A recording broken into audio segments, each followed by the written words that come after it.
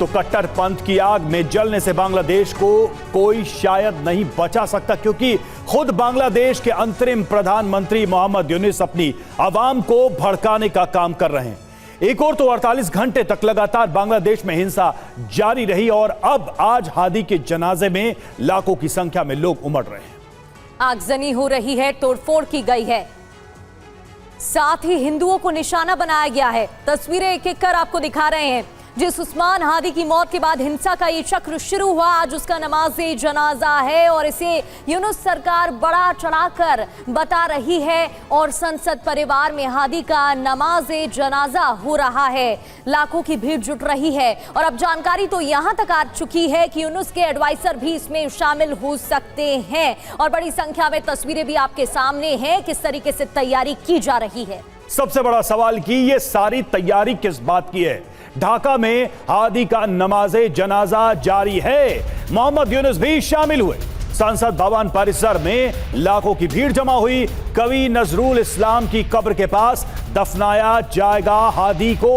तो ये जो तस्वीर आप देख रहे हैं, ये बदले हुए बांग्लादेश की तस्वीर है। वो बांग्लादेश जो सेक्युलर कैरेक्टर का हुआ करता था, डेमोक्रेटिक हुआ करता था, और ये जो बांग्लादेश देख रहे हैं तस्वीरों में, ये जो भीड़ देख रहे हैं, ये बांग्लादेश किसी और राह पर निकला हुआ देश है। फिलहाल नमाज़े जनाजा में यूनुस भी शामिल हुए हैं और जो जानकारियां आई उसमें साफ पता चला कि मोहम्मद यूनुस ने ही इस मामले को इस लेवल पर, इस स्तर पर बड़ा किया है और अब उसका डेमोन्स्ट्रेशन भी किया जा रहा है पूरी दुनिया के सामने। और जहां तक नजर आप डालेंगे वहां लोगों की भारी भीड़ दिखाई दे रही है। इस बीच एक और बड़ी खबर कि हादी के सुपुर्दे खाक के दौरान भीड़ बेकाबू हो गई। जिस बात की आशंका थी, बैरिकेडिंग तोड़कर संसद में समर्थक घुसे। ढाका की सड़कों पर अराजकता जैसी स्थिति बनती नजर आ रही है। भीड़ के सामने बांग्लादेश पुलिस मुखदर्शक बनी हुई है। हालांकि पुलिस की तैनाती की गई, फोर्सेस की तैनाती की जा रही है जिससे कि भीड़ को रोका जा सके और यूनुस का खौफ भी साफ दिख रहा है।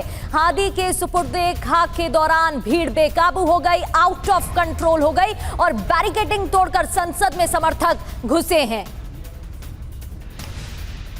और देखिए यूनुस का बयान भी सामने आया है। लाखों लोग हादी को विदाई देने के लिए आए हैं। यूनुस ने यह बयान जारी किया पूरे बांग्लादेश की तरफ से। हादी को सलाम, हादी आज हमारे बीच नहीं हैं। हादी ने जो किया पूरे बांग्लादेश को याद है। पूरा बांग्लादेश हादी को प्यार करता है। मोहम्मद यूनुस ने हादी को वीर कहा है। वीर हादी के काम हमारे दिलों में है। हादी को बांग्लादेश कभी नहीं भूलेगा। ये हैं यूनुस के शब्द। तो बांग्लादेश हादी के काम को भूलेगा नहीं, हादी को लेकर ये थे यूनुस के शब्द जिन्होंने भीड़ को वहां पर संबोधित किया। और अब ये तस्वीर आप देखिए, ये सुपुर्द खाक करने से पहले की तस्वीर आपको हम दिखा रहे हैं, जहां पर जनाजे में शामिल होने के लिए बड़ी संख्या में, लाखों की संख्या में यहां पर भीड़ जमा हुई है। तो उस्मान हादी का नमाज़े जनाजा और उसकी ये तस्वीर दिखाई दे रही है। संसद परिसर में ही दफनाया जाएगा। नजरुल इस्लाम जो कि एक आइकॉन रहे हैं बांग्लादेश के कल्चर और वहां की संस्कृति और वहां की पहचान के, उनके पास ही इस हादी को भी सुपुर्द खाक किया जाएगा। फिलहाल ये तस्वीरें हम आपको दिखा रहे हैं। बहुत सारे सवाल इन तस्वीरों को लेकर उभर रहे हैं, लेकिन फिलहाल यूनुस ने इसे एक अवसर के रूप में इस्तेमाल किया है। जैसा कि आपने देखा भी, मंच से हादी के लिए कसीदे पढ़ते दिखाई दिए यूनुस। तो उस्मान हादी का नमाज़े जनाजा, यूनुस सरकार पर कई सारे सवाल हैं और यह तस्वीर भी कई नए सवाल पैदा कर रही है। बिल्कुल ये तस्वीरें सवाल खड़े कर रही हैं और ये लाइव तस्वीरें तो आप देख रहे हैं, लेकिन ये जो स्टोरी हम डिकोड कर रहे हैं, कई सवाल उठ रहे हैं। उस्मान का नमाज़े जनाजा जिसकी तस्वीरें आपके सामने, लेकिन यूनुस सरकार पर सवाल उठ रहे हैं क्योंकि जगह ढाका में संसद भवन परिसर, साउथ प्लाजा संसद भवन ही क्यों चुना गया? मस्जिद या खुले मैदान की जगह संसद परिसर में जनाजा क्यों?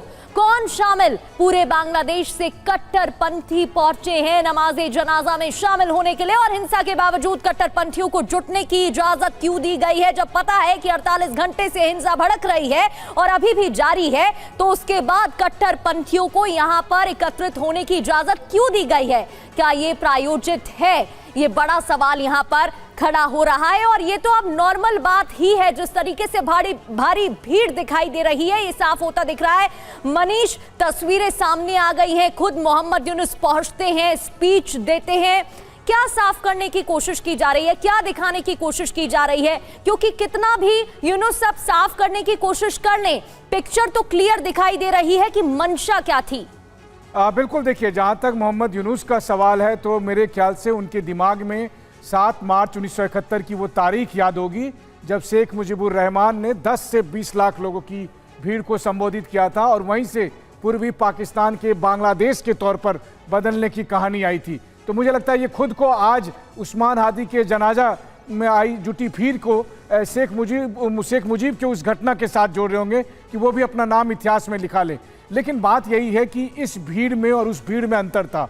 वो भीड़ थी जो पाकिस्तानी सेना के जुल्म अत्याचार से लगातार पीड़ित थी और उसे आज़ादी चाहिए था। लेकिन ये भीड़ जो है, इस भीड़ का अधिकांश हिस्सा वो जिहादी मानसिकता वाले लोग हैं जिन्हें सिर्फ धर्म की कट्टरता के नाम पर यहाँ लाया गया है और इससे भारत विरोधी एजेंडे पे काम कराया जाएगा और इससे बांग्लादेश में जो बांग्लादेश की मूल पहचान है उसको खत्म करके अंधेरगर्दी में लाया जाएगा। तो मुझे लगता है कि यहां से कहानी शुरू होती है बांग्लादेश और मनीष पाकिस्तान की तरफ। मुझे लगता है आप जरा इस पे भी दो बातें कहना जरूर। ये जो हाथ में जो तख्तियां लेकर हैं उसमें हादी का नाम लिखा और नीचे देखिए victim of Indian aggression operation ये लिखा हुआ है। मतलब इस भीड़ का इस्तेमाल आप एंटी इंडियन सेंटिमेंट को हवा देने के लिए कर रहे हैं यूनुस। बिल्कुल, देखिए, जबकि एक बात साफ हो चुकी है कि उस्मान हादी का हत्यारा कौन है। ये बात साफ हो चुकी है कि उस्मान हादी का हत्यारा उन्हीं लोगों के बीच का था। इसके बाद भी लगातार उस्मान हादी पर गोली चलने के बाद से भारत पर एजेंडा बनाया गया, भारत विरोधी नैरेटिव तैयार किया गया, इंडियन हाई कमीशन पर हमले किए गए और अभी भी जब उसका जनाजा यहां पर निकला है, जब उनको दफन किया जा रहा है, उस वक्त भी एंटी इंडिया नैरेटिव के साथ लाखों की भीड़ को जुटाया गया है। तो आप समझ सकते हैं कि मोहम्मद यूनुस का या फिर इन जिहादियों का असली एजेंडा क्या है। बिल्कुल, और जिस तरीके से एजेंडे को अंजाम देने की कोशिश की गई है, अब उसकी तस्वीर भी साफ होती हुई नजर आ रही है। तनवीर कैसर हमारे साथ जुड़ गए हैं, अमेरिका से अवामी लीग पार्टी के नेता हैं। तनवीर जी, आप जिस तरीके से तस्वीरें देख पा रहे हैं, जो एक के बाद इवेंट टाइमलाइन दिख रही है, उससे क्या समझ पा रहे हैं आप? एंटी इंडियन पॉलिसी को लेकर आगे बढ़ती हुई भीड़ यहां पर दिखाई दे रही है। इंटेलिजेंस रिपोर्ट बता रही है कि हिंसा और भड़क सकती है, इसकी संभावना है और इसको लेकर प्लानिंग भी कर ली गई है। लेकिन इसका परिणाम क्या होगा? धन्यवाद आपको। ये दिसंबर का महीना है। दिसंबर के महीना में 16 तारीख को बांग्लादेश को खुद का मुल्क मिला, हम लोग का विजय हुआ था। इसके दिन में, ये महीने में मैं याद करना चाहता हूँ हमारा जो लीडर था बंगबंधु शेख मुजीबुर रहमान, और मैं श्रद्धा जताना चाहता हूँ Shrimati Indira Gandhi ji, friends of liberation Atal Bihari Vajpayee ji, field marshal Shekh Manek ji, general Jagdish Singh Arora ji, general JFR Jacobs के साथ में जितने भी इंडियन सोल्जर और जितने भी पॉलिटिशियन जो भी है, इंडियन जो जनता हम लोगों को सपोर्ट किया है, सबको मैं ये दिसंबर महीने का सलाम देता हूँ। ये जो बांग्लादेश में आप देख रहे हैं ना, ये एक दिन का फलाफल नहीं है। ये बहुत दिन से प्लान हो रहा है पाकिस्तान को साथ में लेकर कैसे कॉन्फेडरेशन किया जाए, कैसे बांग्लादेश का जो हमारा खुद का परिचय है इसको हटाकर यहाँ पे जिहादी लोग, यहाँ पे बिल्कुल तनवीर साहब लौटेंगे आपके पास। देखिए कुछ पिक्चर्स आ रही है, मुझे लगता है आपको भी मैं बताता चलूं। जो उस्मान का हादी का जनाजा चल रहा है, यहां पर जो क्राउड है वो अनकंट्रोल होती दिखाई दे रही है। यहां लाखों की भीड़ जमा है और उसको संभालना मुश्किल हो रहा है। एक चार्ज एनवायरनमेंट पहले से ही था, ढाका समेत कई जगहों पर हिंसा भड़की हुई थी और ऐसे में लाखों की संख्या में यह अलाउ करना, इस तरह का प्रोसेशन, इस तरह का प्रदर्शन अपने आप में एक चैलेंज है ही और अब वो हमें दिख भी रहा है।